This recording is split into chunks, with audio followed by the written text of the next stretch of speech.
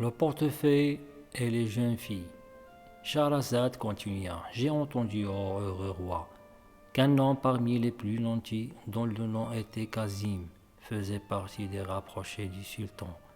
Il avait un cœur dur et était narcissique. Il possédait un palais entouré d'un grand jardin au rempart élevé, dont le portail était surveillé par 5 gardes. Cependant, personne n'était autorisé à y entrer sans l'ordre de Kazim, à l'exception du portefeuille, car ce dernier répondait à cette attente ainsi qu'à celle de ses gardes, et tous ceux qui habitaient au palais. Kazim, pour sa part, se maria plusieurs fois, afin qu'Allah lui accordât une progéniture. Mais il s'impatienta. En effet, chaque fois que l'une de ses épouses n'enfantait pas un an après, il a divorcé sans être bienfaisant à son égard. En revanche, il patienta 5 ans avec sa dernière épouse qu'il aimait éperdument, jusqu'à ce qu'Allah lui octroya une jolie petite fille du nom de Leila. Kazim s'attacha tellement à sa fille qu'il se consacra à la cajoler et délaissa ses autres occupations dont son assistant se chargea. Un jour, le portefeuille s'absenta, se rendit guère au palais de Kazim, en raison de son épouse qui était malade, ainsi que l'une de ses 3 filles. Il s'occupait d'elle et veillait sur elle. En raison de son absence, Kazim se fâcha et lui dépêcha un grand afin de la mener. Son épouse lui dit: alors rends-toi avec le garde, car nous ne sommes pas en mesure de supporter la colère de Kazim à notre rencontre. Le portefeuille et le garde se rendirent comme prévu au palais et à son arrivée, Kazim lui rétorqua sur un ton colérique: tu ne dois quitter cet endroit que sous mon ordre, car ce soir je dois me rendre à une réception au palais du sultan, en compagnie de mon épouse, et nous laisserons Laïla avec la gouvernante.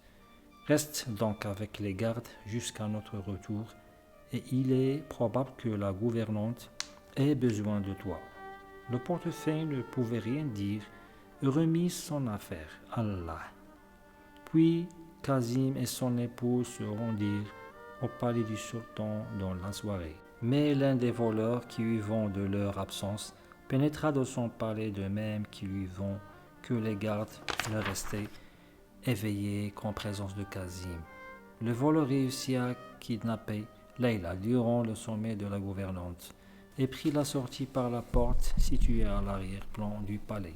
Il n'y eut que le portefeuille qui remarqua sa présence. Il ne dormait pas, car il était inquiet au sujet de son épouse et de sa fille qui avaient le même âge que Leila. Ce dernier eut peur de la cruauté du voleur et ne put l'assaillir. Cependant, il se contenta de le guetter jusqu'à ce qu'il arriva dans une petite cabane où il déposa la petite fille. Puis il retourna au palais où, probablement, il oublia quelque chose. Le portefeuille rentra dans la caverne, prit Leila, mais lorsqu'il réfléchit à la porter au palais, il se dit: les gardes croiront sûrement que c'est moi qui l'a kidnappé et je serai condamné à mort. Je préfère les mener chez moi jusqu'à ce que les choses s'éclaircissent. L'épouse du portefeuille fut surprise de voir son époux rentrer et portant une petite fille dans ses bras. Il lui dit alors d'une voix faible et triste: prononce la formule du retour à Allah, car notre fille a rendu l'âme.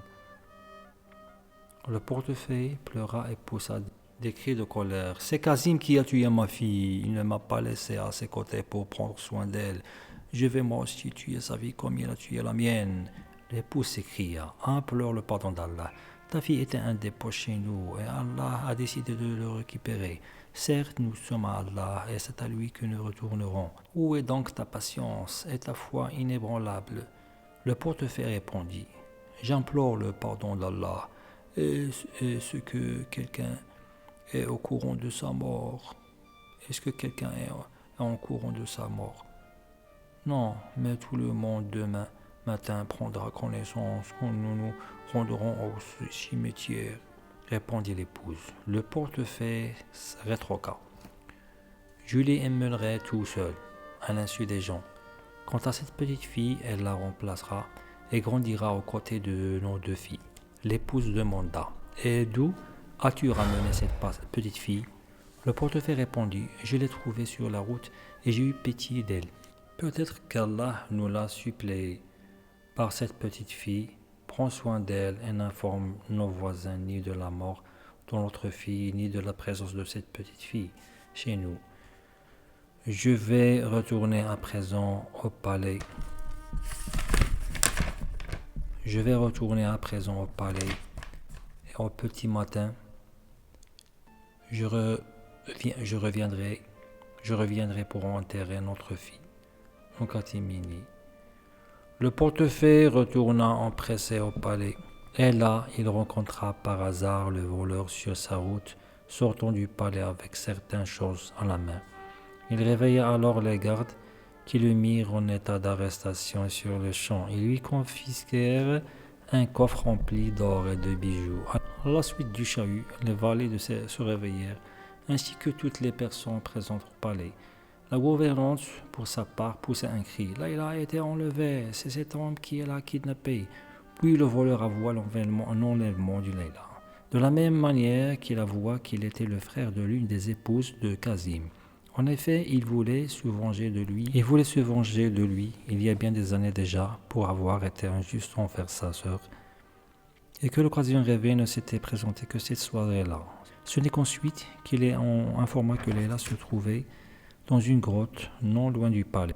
Tout le monde, y compris le portefaix, se rendirent à la grotte, mais ne trouvèrent guère Layla. Le voleur fut surpris et prêta serment de l'avoir laissée à cet endroit. Puis il dit: Il est probable que des bêtes sauvages l'aient dévorée. Entre-temps, Kazim et son épouse retournèrent au palais et remarquèrent que toutes les personnes du palais cernaient le voleur ligoté.